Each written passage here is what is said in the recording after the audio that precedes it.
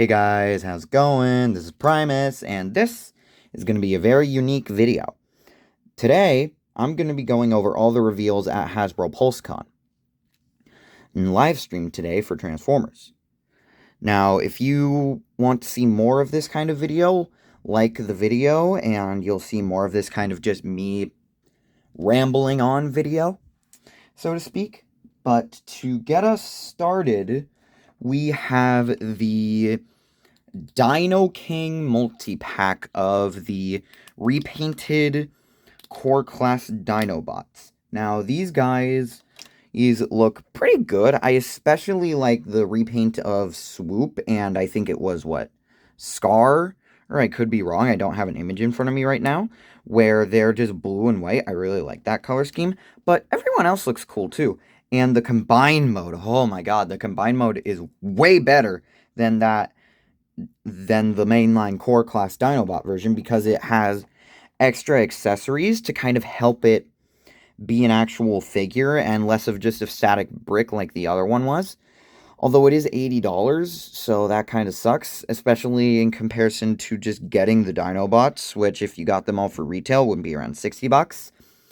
So, but an extra $20 for all that accessories and articulation kind of makes sense. So honestly, I'm not sure if I'll pick this up due to availability, but if it is available, I might pick this up. Alright, next up on our list is the deluxe classes they revealed, and the first one I'm going to touch on is the Armada Wheeljack.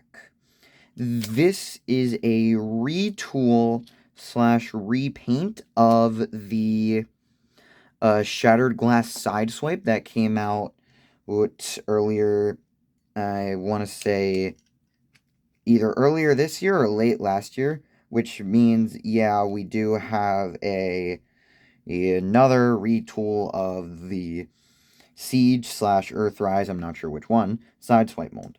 But I don't mind. I think the mold looks pretty good. And in these, I mean, I personally am not very interested in Armada Wheeljack or Armada in general, but I think this looks good and will do well with the Armada fans.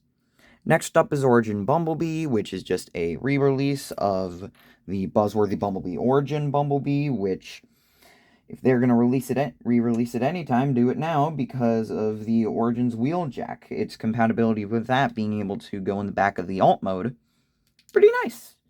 So there is that, and I'm not sure if I'll pick that up or not, but I wouldn't be fully against it. Next up we have is another re-release of the Legacy Cosmos, which, as many of you know, was a Velocitron Speedia 500 figure, which means it didn't exist. I heard a comparison once. Maybe they called it the Speedia 500 Cup because there were only 500 made, because, dear God, were these things hard to find when they were around. But Cosmos is back. The short green man has returned to us, and I could not be happier. So, honestly, I might pick this up. I'm not sure. Like, yeah, I want to experience the Cosmos mold, but I might just get the 3-pack of the repaints of him, Gears, and what was it, Warpath? Yeah. So, last deluxe G2 breakdown. Oh my lord. I know people are really, really, really, really happy about this because the original Legacy breakdown was so hard to track down, and people want to complete their Menasor sets, and they can finally do that with this guy.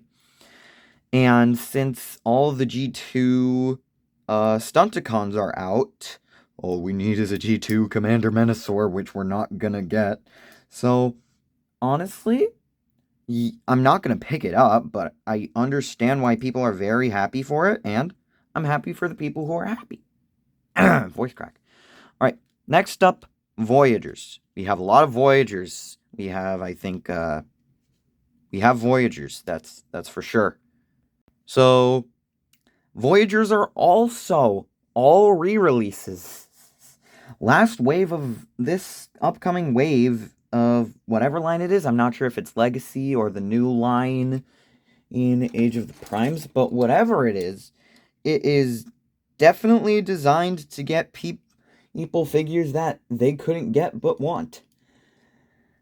And this yet another example of that. This is just the third Conehead, I think, on the stream that they said he's the leader of the Coneheads. I'm not really gonna pick it up. I'm not one for collecting Seekers.